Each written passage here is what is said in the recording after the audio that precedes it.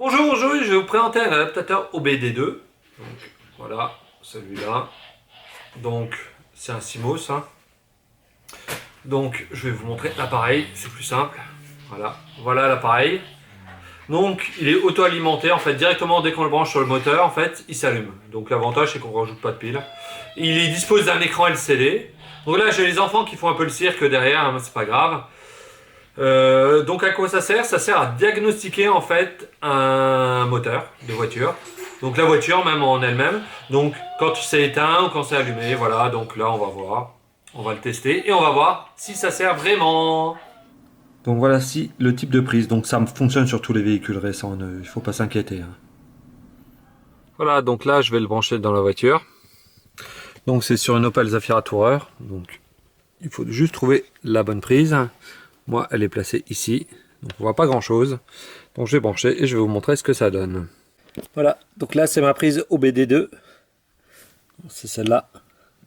Donc c'est là que je vais brancher l'adaptateur. Donc voilà, donc l'appareil, l'avantage c'est que son alimentation est faite directement quand on connecte, hein, donc ça utilise la batterie. Voilà. Donc là j'utilise les flèches. Pas grand chose, désolé. Je suis dans le garage. Voilà. Donc là, on va aller dans les paramètres. Langage. Je peux changer.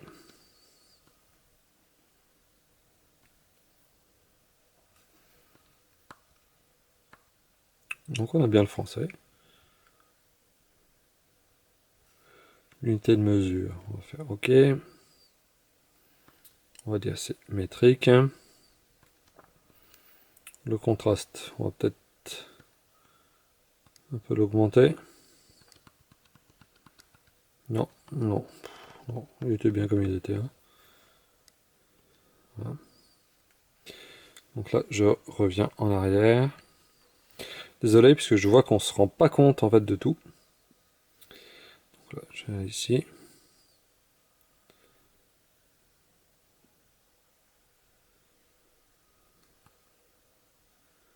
Lecture des codes.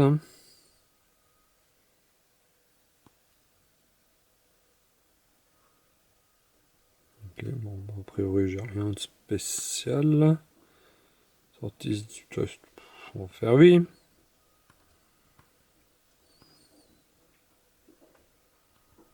Donc ça, c'est en temps réel.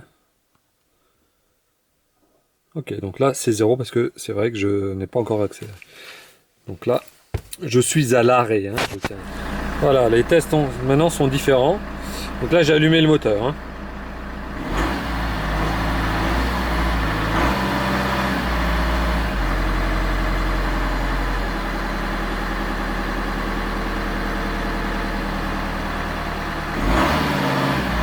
Là, écoutez, quand j'accélère.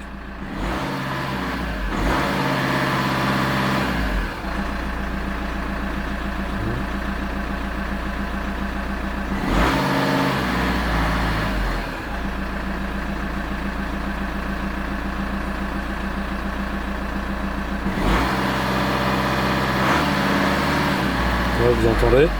Chaque fois que j'accélère, ben voilà, ça, a priori, ça a l'air de vachement correspondre. Hein.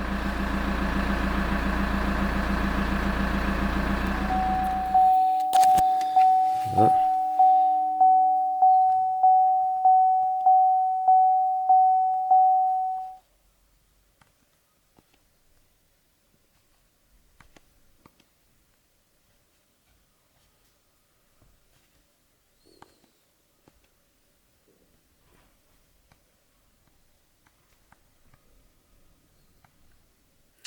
Alors là, je vous avouerai, je ne comprends pas tout ce qu'il y a là.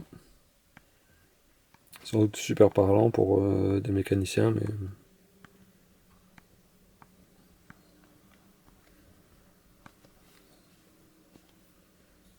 Ça, on a déjà été. Voilà, donc au niveau de l'écran, on est en 128 x 64 pixels, donc bon, ça va, hein. Pour la lecture c'est super. L'avantage c'est que c'est auto-alimenté par le moteur, hein, donc dès qu'on le branche, on n'est pas obligé d'allumer la voiture, mais ça fonctionne directement. Donc ça permet vraiment de diagnostiquer en fait la voiture. Après, ben il y a beaucoup d'informations. Donc pour une personne lambda comme moi, ben il n'y a pas beaucoup qui servent. Pour des professionnels, ça peut servir un peu plus.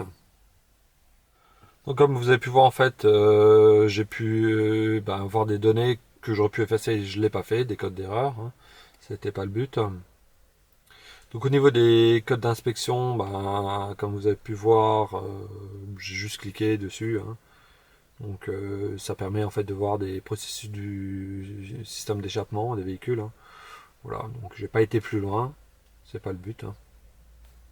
Encore une fois, c'est plus destiné à des professionnels. Hein. Quelqu'un comme moi, bah, c'est juste pour voir ce que c'était. Bon, je l'ai pris, bah, voilà, tant pis.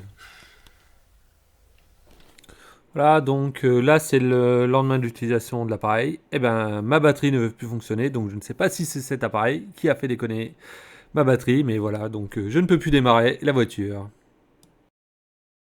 Comme vous avez pu voir, donc l'appareil fonctionne, mais voilà, le lendemain, en fait, donc le lundi matin, ma voiture a refusé de démarrer, batterie vide.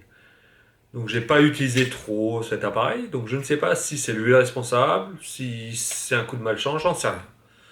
Dans tous les cas, ben voilà, j'ai une batterie vide, j'ai dû la recharger.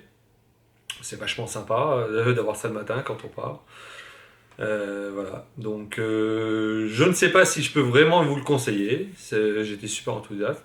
J'avais d'ailleurs fini la conclusion parce que pour moi ça fonctionnait et compagnie. Et voilà, donc le lendemain matin, voilà, j'ai eu un problème. Donc, moi, je vous dis, faites ce que vous voulez. Moi, je peux pas le conseiller à 100% parce que j'ai tout de même un doute. Je pense que je vais plus le réutiliser, malheureusement. Donc, n'hésitez pas à liker, à partager, à commenter et à vous abonner à la chaîne. Et je vous dis à la prochaine!